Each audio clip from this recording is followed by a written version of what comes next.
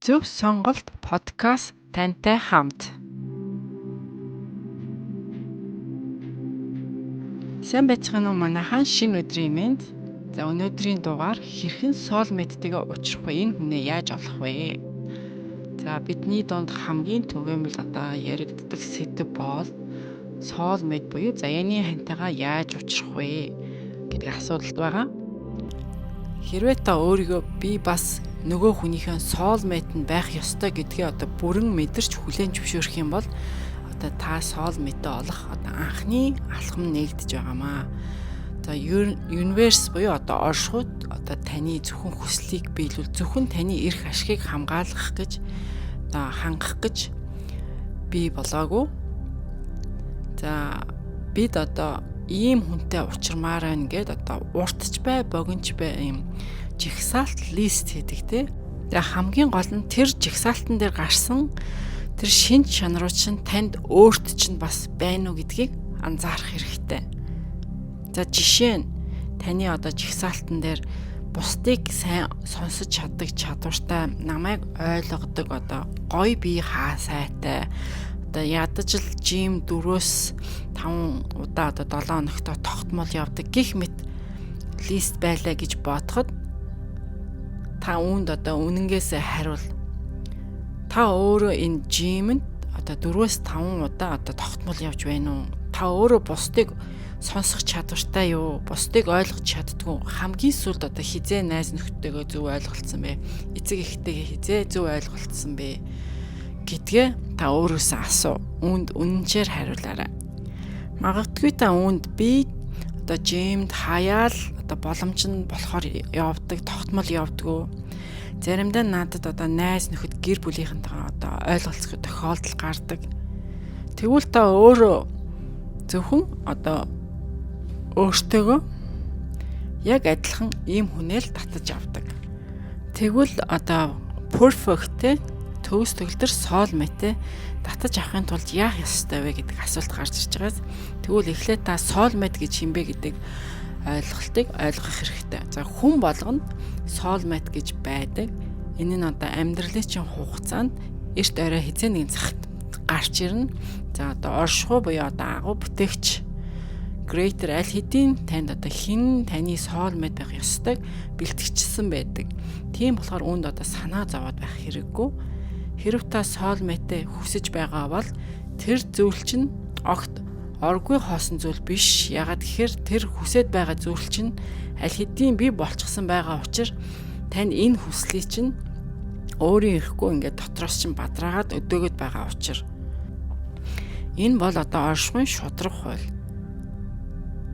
За тэгвэл хүссэн soulmate та зүгээр л бурхнаас гуйлга гуйж байгаа юм шиг, эсвэл хэн нэгнээс мөнгө гуйж авч байгаа юм шиг гуйгаад олоод авчдгүй зүйл. Soulmate та олж авахын тулд та өөрөө хийх ёстой зүйлээ хийж үүнийг шагнал урамшуул авах замаар олж авдаг. Энэ нь тэмч хэцүү зүйл биш.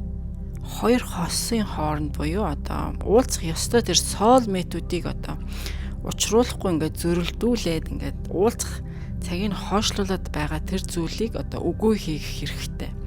За үүний тулд spiritual хууль дүрм танд туслана. За энэ нь юу вэ гэхээр нэгт нь би хүснээ авах эрхтэй, авах боломжтой гэдэгтээ 100% бат итгэлтэй байх хэрэгтэй.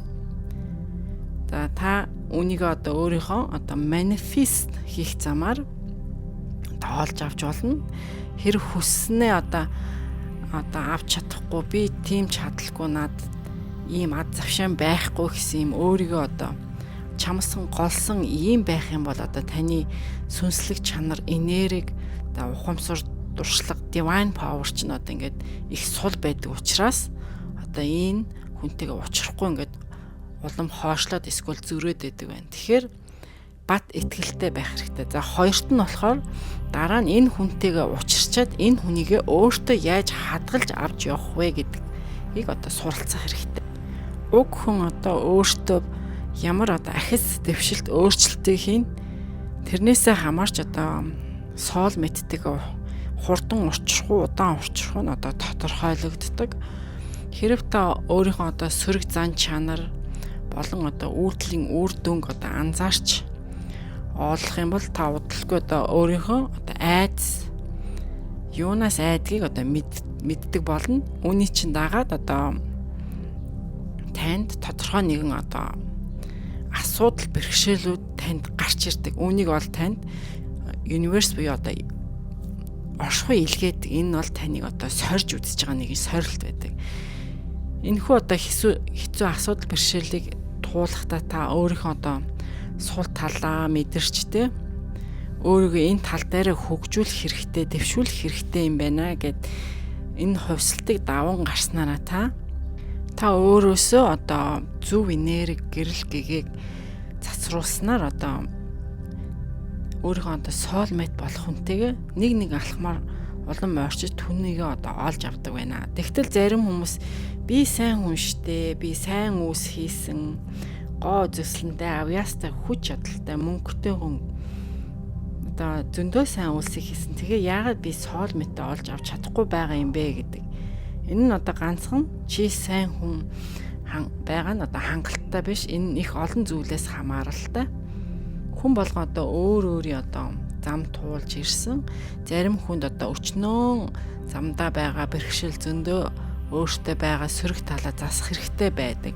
Мөн урд нь өмнөх насны амьдралд хийсэн одоо алдаагаа одоо засах шаардлагатай байдаг. Тийм болохоор одоо өөрийгөө бас бусдад битгий харьцуулаарай. Бидний ихэнх маань одоо soulmate-тэйгээ уулзахаас өмнө bodymate-тэйгээ уулздаг. За энэ хүн нь одоо таны insecurity буюу айдас, за сөрөг зан чанарын чинь өдөөсөн, сэргээсэн тийм хүн байдаг. Тийм болохоор та өөрийгөө эхлээд би хинбэ, би юугаа өөрчлөх ёстой вэ гэдгээ энэ хүнийхэн одоо bodymate-ийн тусламжтайгаар олж авдаг. Ингээд одоо өөрийгөө сул талаа хөгжүүл дэвшүүлснээр та одоо жинхэнэ soulmate-тэйгээ уулздаг. За нөгөө талаас энэ soulmate чинь хүртэл одоо яг ийм зүйлээр өөрийгөө бас хөгжүүлээд ингэж яваад хоёр өөр талаасаа өдөөсөө ингээд би нэг одоо олж авдаг байх нэ.